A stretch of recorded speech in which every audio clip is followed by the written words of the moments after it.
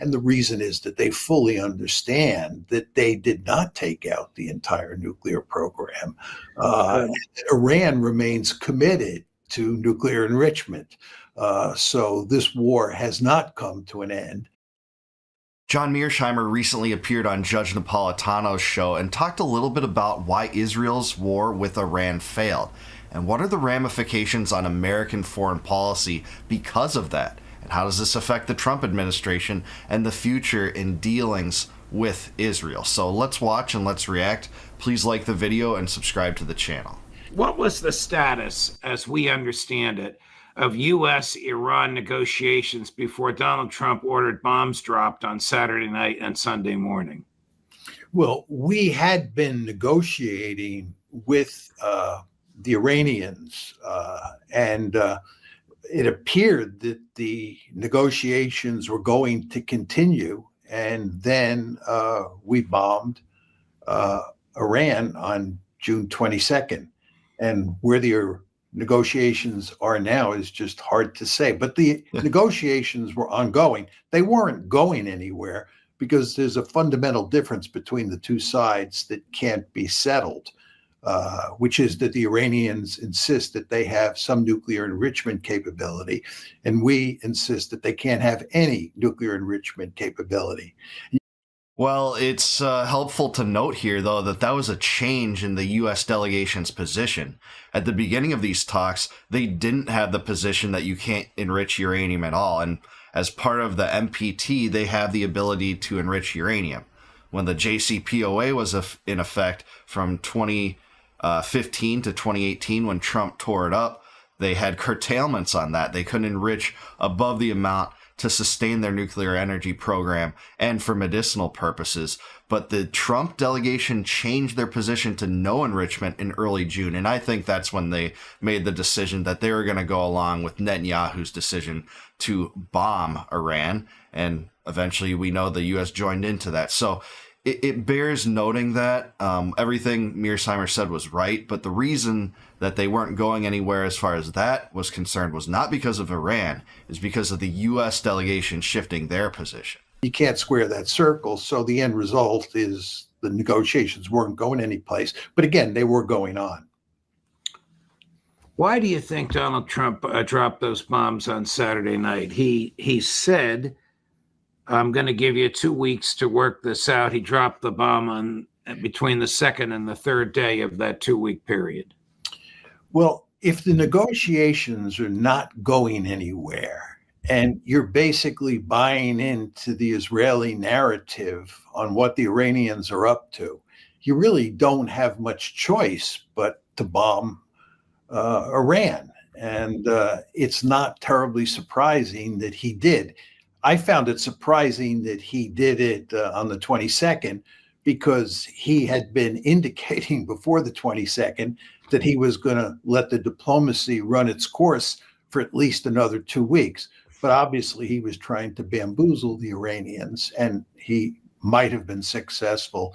Who knows? But I think he bombed because he understood that the negotiations were going nowhere, number one. And number two, he was under pressure from the Israelis to attack Iran, and he bought onto their rhetoric that they were pursuing a bomb. So generally agree here, but they were going nowhere because the Trump administration stonewalled them. Every indication were that these negotiations were going well prior to that, not only in terms of the nuclear program curtailment and the inspections regime that would have come from a new JCPOA, but there was indications that they were working on, agreements whereupon Iran would stop funding Hamas and Hezbollah, which is another thing that the Israelis ostensibly wanted. If you're an Israeli, you would want that kind of agreement to come rather than to bomb them and encourage them now to seek nuclear weapons, encourage them to support Hezbollah and Hamas more at this point. So this was a pretext for regime change that Netanyahu wanted to have. He didn't want a new JCPOA that would have caused a new inspections regime. And the record, by the way, indicates that they were complying with it. They're complying with IAEA restrictions right now. They can enrich 60% uranium. It's not necessary for their energy program, but it's a way for them to have a deterrent without the ultimate deterrent, and that's a nuclear weapon. So I think actually Mearsheimer misinterprets this a little bit. Those negotiations were making headway until Trump bamboozled them. And he did say that, but he's saying this in a way that, they weren't going anywhere for no reason, but there was a reason.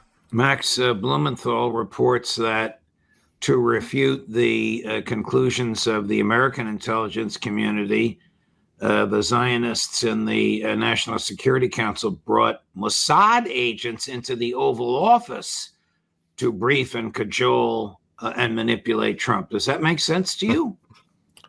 It's surely possible. I don't know for a fact that they did that, but it makes good sense. Although one could argue that they don't have to bring in Mossad agents because they have people in the very administration who will make Israel's case for Israel. I mean, people like John Ratcliffe, who is the head of the CIA, and a handful of others. So I'm not sure they needed the Mossad, but they probably did bring in the Mossad to make the case. That's pretty funny that the U.S. administration and some of the biggest pro-Zionist, pro-Israel hawks are probably indistinguishable from Mossad agents. Just think about that from, the United States standpoint. This is supposed to be an America First administration, and many of the cabinet members that are beholden to Israel's interests might be indistinguishable from Mossad agents. And to be clear, I believe Max's report. It seems like Ratcliffe not only was kind of the conduit to bring Mossad agents in and try to persuade Trump into going the full bore regime change campaign, but also that Ratcliffe himself has boasted about that. I think that was said in Max's story. Take a look at that in the Gray Zone. Excellent story. Max does great work, but yeah, so many ironies here that you can't tell a Mossad agent apart from a Trump administration official. That's pretty telling, I would say. It appears that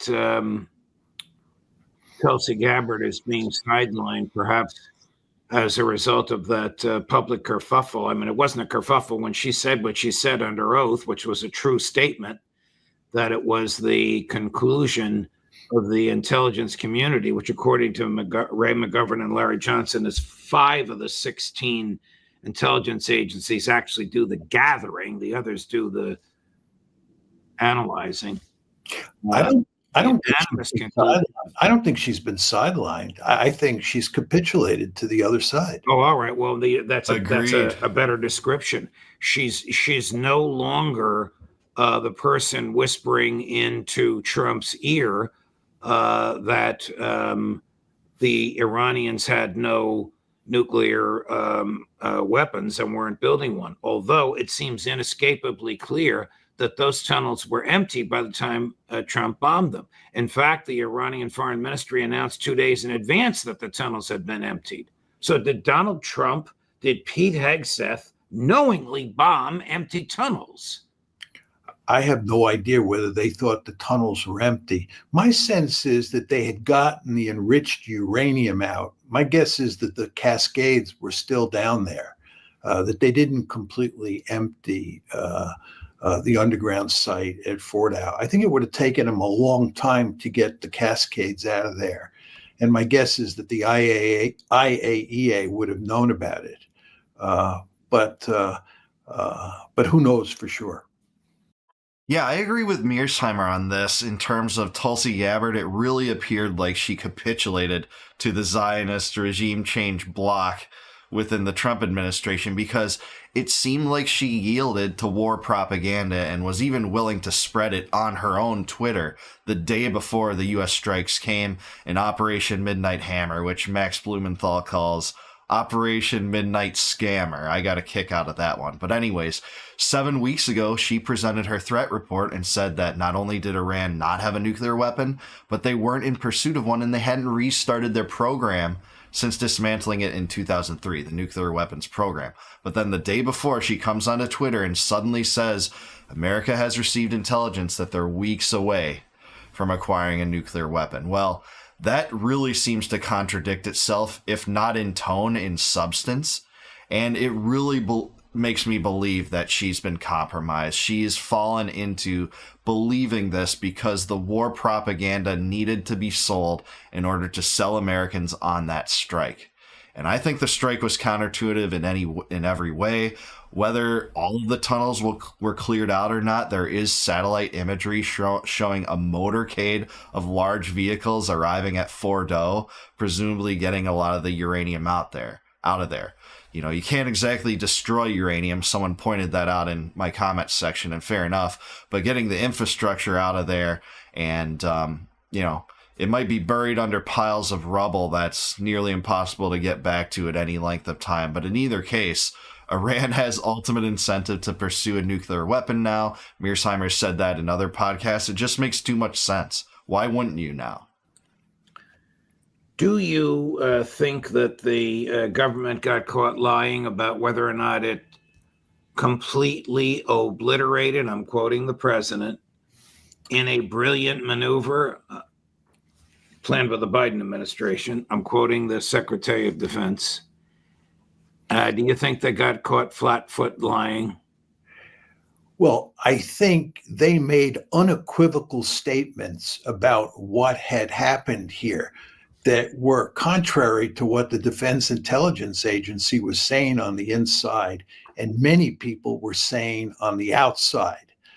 They probably believed what they were saying, Hegseth, Trump, and company. They believed it. So you can't accuse them of lying if they believed what they were saying. But there were all sorts of reasons to think they were wrong, especially this DIA report. But what's happened now is that the administration and its allies on the outside have gone into overdrive to make the case that it was a spectacular success. Yeah, and we they have either eliminated the Iranian nuclear program or set it back for a good number of years. And by the way, you see Tulsi Gabbard and John Radcliffe acting as a tag team to make this case. But that's just the tip of the iceberg, because all sorts of other people in the administration and outside the administration are saying it is a great success, but it was not a great success. Yeah, I generally agree with that too. The Iranian foreign minister, as Napolitano pointed out earlier here, said that material had been taken away before. Now, you can say that's Iranian propaganda on their side to, show that the U.S. had failed in this mission, and, whatever they're celebrating wrongfully. And that could be the case, but it also could be true. And there's some other corroborating evidence, like those satellite pictures that show that the uranium may have been taken out, the centrifuges, etc. So yeah, I do think this failed, and they have to double down on it. But it's almost like this is one case where I almost don't care that they're doubling down on their propaganda, because if they celebrate this as a victory, it probably has a less and less chance of drawing the U.S. back into a stupid Iran bombing run, regime change operation that Netanyahu and the neocons are inevitably going to call for in the future. So I almost want to let them have this. This program's about exposing the truth, and I'll continue to do that. But it's probably good from the dissident anti-war perspective for them to act and behave, for a prolonged length of time, that they actually destroyed Iran's nuclear weapon program, which, by the way, they didn't. And if I'm Iran, I'm fast-tracking a nuke now. I'm not getting back to the negotiation table with the U.S.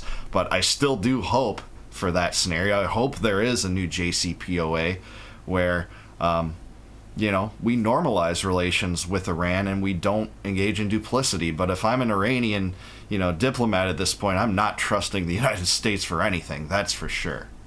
Here is President Trump and Secretary Hegseth. Hegseth gets a little hot under the collar, but here they are making their defense of total obliteration. Chris, cut number 4.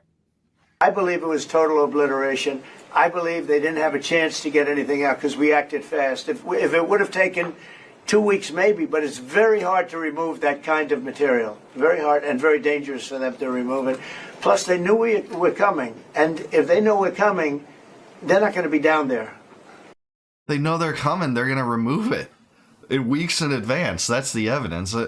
I don't really understand at least half of this logic behind that statement. There aren't too many people that are going to be down there. Pete, do you have something to say about that? Well, Mr. President, when you talk to the people who built the bombs, understand what those bombs can do, and deliver those bombs, they landed precisely where they were supposed to, so it was a flawless mission. Flawless. Right down where we knew they needed to enter, and given the 30,000 pounds of explosives and capability of those munitions, it was devastation underneath Fordo. And the amount of munitions, 6 per location, any assessment that tells you it was something otherwise is speculating with other motives. And we know that because when you actually look at the report, by the way, it was a top secret report, it was preliminary, it was low confidence. All right, so this isn't, you make assessments based on what you know. They said it could be very devastating, very serious. Moderate to severe, and we believe far more likely severe and obliterated. So this is a political motive here. I just got a chuckle when, Pete Hegseth characterized this mission as flawless. He's like, this was a flawless mission. And then right after that, Trump was like, flawless. It was like the dynamic between like a head coach and an assistant coach, where the assistant coach just exists just to repeat the same themes as the coach. I don't know. It just seems like that there might be some conviction behind this from Trump and Hegseth's standpoint, but it's very clear that they got a lot of the uranium out, at least in Fordo. At least it's pretty clear with the evidence we have and this DIA report, which they're calling a political stunt, but it's really not. But again, I'm torn on this because I kind of like them celebrating this for the purposes of averting war with Iran in the future. If the administration really believes that they destroyed this program and at least set it back for years and years, it's a good thing for Americans that don't want to get embroiled in these stupid-ass entangling alliances for Israel over Iran, which doesn't threaten the United States in any perceivable way and has no chance of striking the United States in any perceivable way, except for U.S. military forces in the region, which, by the way, the solution to that isn't antagonize Iran more. It's bring them home, bring all the troops home. And they feed each other words like that. I find that highly unpersuasive, Professor Mearsheimer. I don't know whose opinion they were trying to persuade when the Secretary of Defense says flawless and then the president repeats flawless. Right. I don't think anybody questions what the military did. We question the success of the mission because there may have been nothing there. Well, the point is that they're in panic mode here because they understand the word is getting out, that this was not a spectacular success, that we didn't obliterate those sites. And this is bad news for Trump because Trump wants to put this war in the back closet. He does not want to continue to fight a war against Iran. Hey, I have to hand it to him. I'm very critical of the decision to bomb because the U.S. rolled the dice with American lives and put it all in the hands of the Iranians, and the Iranians thankfully practiced restraint. If they didn't, this would have been a worse endeavor, and I give Trump some credit for at least taking that off-ramp. I give the Iranians more credit for not striking U.S. troops in a serious way and even tipping off the Trump administration. But man, it sure seems like there is a mistake here, and it really did antagonize Iran, jeopardizes future relations not only with them, but with Russia, and which is an ally of Iran, to come to the table for peace negotiations with Ukraine. That's not going to happen now. And if you declare it's a great success, we won this decisive victory, then we don't have to go back and bomb them again. The real problem here is that it wasn't a great success. We can talk about that. And that means that the Israelis are going to reload the shotgun to go back after the Iranians. If you look at the Israeli press and you look at what people are saying, on the surface, people are making the same argument that Trump is making. Benjamin Netanyahu recently gave a speech where he was sounding just like President Trump. He was saying it's a great success. We've devastated the program. Something tells me that's not going to hold long. Within months, I've said it in other clips, that Vegas should have odds on this. How long is it going to take until he says Iran's weeks away from acquiring a nuclear weapon? I think it's within months. Nuclear program and so forth and so on. But there are all sorts of Israeli national security people who are saying publicly or privately, and then it's being reported in the press that they have to reload the shotgun because this is going to have to be done again. And the reason is that they fully understand that they did not take out the entire nuclear program. Iran remains committed to nuclear enrichment. So this war has not come to an end. And President Trump will eventually find out that the Iranian nuclear program is alive and well, and then he's going to be faced with the problem of figuring out what to do about that. Yeah, I gotta say, I think this cycle is going to be a tragic cycle that repeats time and time and time again until relations with Iran are actually normalized between the United States and Iran. Keep Israel the hell out of this. Stop having them be able to undermine us. Push Netanyahu away. That's the solution. Negotiate a deal between the United States and Iran. Don't let Israel get involved. They have ulterior motives that are not shared by the American public, and certainly not the true American firsters of us, or America onlys of us, and push the Israelis out of there. They've wanted regime change there forever. Now, don't get me wrong. Many people within the U.S. have. The clean break memo suggests that very plainly. But that is the route to success. They were complying under the JCPOA. It's the only thing I'll ever give Obama credit for doing. The JCPOA was good. Now, he did give Israel more money as a result of the JCPOA because it pissed them off so much, and that was bad for sure. But that allowed us to normalize relations with them to some extent, and they were complying with it. Going to play one more clip on this, and then we'll change the topic. Chris, would you please play back-to-back cuts number 18 and 19? This is Senator Chris Murphy, who's not just a senator. He's the ranking member of the Senate Intelligence Committee, so he has a top secret security clearance. He receives collective and individual briefings from members of the intelligence community. Here's what he had. Including Mossad, probably. And the Trump administration officials that are indistinguishable from Mossad, probably. To say 18 and 19. The initial assessment of DIA of the photographic evidence is that they did not fundamentally destroy those assets. And what we also know is that the Iranians were successful in moving a lot of the enriched uranium out of Fordo. And that maybe is the most important fact. If we didn't destroy the 60% enriched uranium, they frankly don't need that many centrifuges in order to continue to enrich up to nuclear grade. So listen, they're mad, they're furious. You can see it in their voice because they got caught in a lie. They got caught in a lie. They went out there and said that that the nuclear capacity of Iran was obliterated, that we'd set back the program at least a year. They knew they were lying when they said it. They got caught in the lie. That's super embarrassing. And they're trying to cover up that lie with this righteous indignation, blaming everybody but themselves for the fact that they did the really unforgivable sin of national security communication. They fudged intelligence. Okay, so do I disagree with Chris Murphy on this? No, I don't disagree with it.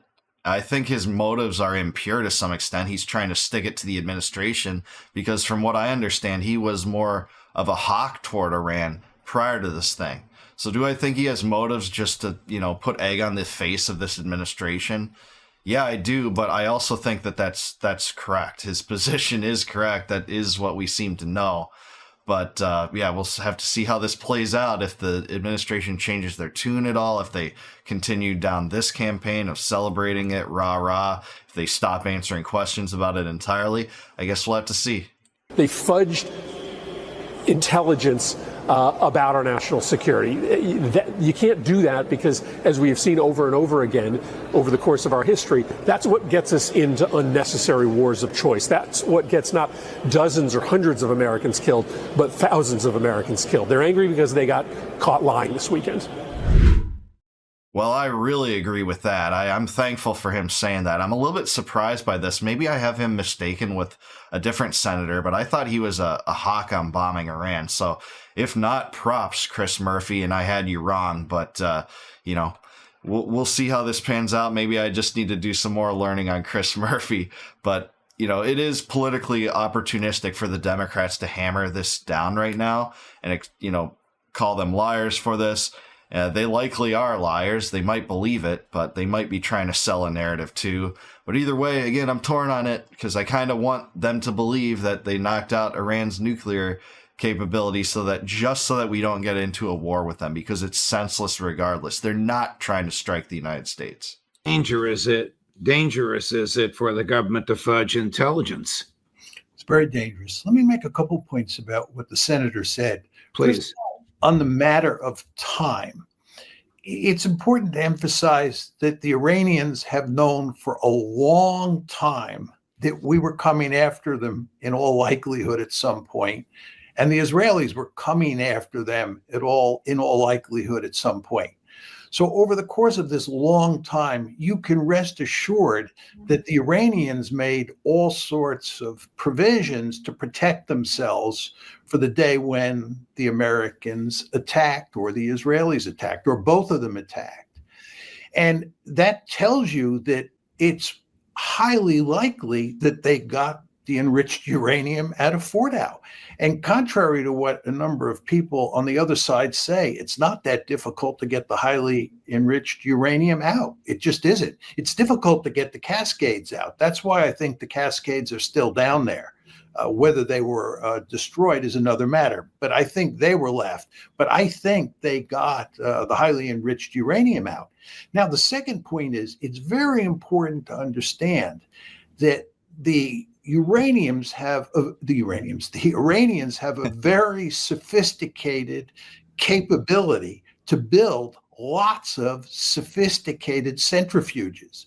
And don't you think that along the way, they would have built a substantial number of centrifuges that were hidden away somewhere? I'm almost certain that they did that. There are surely centrifuges out there that they can now marry to the enriched uranium that was not in Fordow and make a bomb. This is why the program is not destroyed or obliterated, even if Fordow were obliterated. And again, I don't think Fordow was obliterated. I think that the senator is correct on that point. And there are all sorts of people on the outside who make that argument. And I think that's where the DIA report was going as well. So the idea that this problem has been settled for once and all is simply wrong. And again, this is why the Israelis are reloading the shotgun. Yeah, I think that's right too. And okay, so the JCPOA was torn up by the first Trump administration back in 2018. That's 7 years ago, right? So for 7 years ago, they've had time to make preparations. They knew that Israel was antagonistic against them. They knew that the United States was antagonistic against them. Certainly the Trump administration was more so than the Obama administration to that extent. So why would they not take at least some time within those 7 years to lay preparations to get the uranium out of there or get the infrastructure that's needed for the enrichment process out of there? It almost seems like it's impossible that they didn't do that. And that's the point I think that Mearsheimer made there that was totally correct. So I'm with him on this. And especially during the run up to this in early June, where it was very clear that they had essentially sabotaged their own negotiations with Iran. At that point, it's got to trigger something in Iran's mind like, hey, Operation Go Time, it's time to move this stuff. And we've seen that play out in those satellite photos from Fordow. So at the ceasefire, the Israelis or the Iranians? I think it was mainly the Israelis who sought the ceasefire, and the Iranians were interested in the ceasefire. But there's no question the Israelis were in big trouble. And Netanyahu and others in the Israeli administration were making the point that they were not prepared to fight a war of attrition. This was clearly evolving into a war of attrition. And in terms of resolve, the Iranians had a great advantage over the Israelis, who are not tough enough to withstand a lengthy war of attrition like the one that was developing. But also the Israelis were running out of weaponry and their economy was being badly damaged. So they wanted to put an end to the war. And they went to Trump, and Trump did it. Yeah, I'm a little conflicted on that last question. There's been some kind of different reporting, and kind of conflicting reports on that question of who really sought the ceasefire more than the other party. Some reports have a lot of Israel's ballistic missiles kind of being depleted, their supplies at that point, and their interest in securing the ceasefire and not being prepared to fight a war of attrition, as Mearsheimer said. But at the same time, the political establishment of Israel, the ruling government of Israel, Netanyahu's government, which is a right-wing coalition government composed of several right-wing parties, did want regime change in Iran. He's wanted it for a long time, and he might have believed like this is the only chance we have for regime change in Iran. So if I'm Netanyahu's perspective, you could see that potentially slipping through your fingers. So I think that was a consideration too. So I'm not so sure that I agree with Mearsheimer here, but he seems to have studied the military situation more than I have, and I study more of the political situation. So who knows? But we got better than the worst possible outcome, which was the Iranians didn't practice restraint. They struck American forces, maybe took out a few hundred of them, and then Trump is forced to decide whether or not to have an actual regime change. I think there could have been boots on the ground if that would have happened, and that would have been horrendous from the United States. He would have had to sell that. There'd be more war propaganda, ramifications at home, inflation and debt and taxation, a bloodbath of deaths, potentially a 20-year occupation like we had in Iraq and Afghanistan. And by the way, Iranian weaponry is far superior relative to now than Afghanistan weaponry and Iraqi weaponry relative to those times in which the U.S. invaded those countries. So I'm glad for the off-ramp, but this is not over. I do think you will see the Iran war rearing its ugly head again, and I think it will be because of agitators that are pro-war, anti-Iranian, and pro-regime change rearing their ugly heads again. The Netanyahus of the world, the neocons of the world will beat this drum until the bitter end. That's why you see people like Mark Levin and John Bolton so irate about this. This didn't go far enough in their minds. If people still listen to them, I don't know what to say, but it sure seems like that neocon influence is still present, at least to a large degree in this administration. But what do you guys think? Let me know down below. Do you think I'm getting anything wrong? Do you think that Mearsheimer's right? Is that Israel's war against Iran failed and the United States strike failed to eliminate their nuclear weapons program? Let me know down below. Make sure to subscribe to Napolitano. He's awesome, great program. Like my video, subscribe to my channel as well. And if you would consider becoming a YouTube member or Patreon patron to support the channel, I'd really appreciate that. That would help me immensely. And until I see you guys next time, no more war, no more debt, no more inflation, and no more empire. Peace out, guys. I'll catch you in the next one.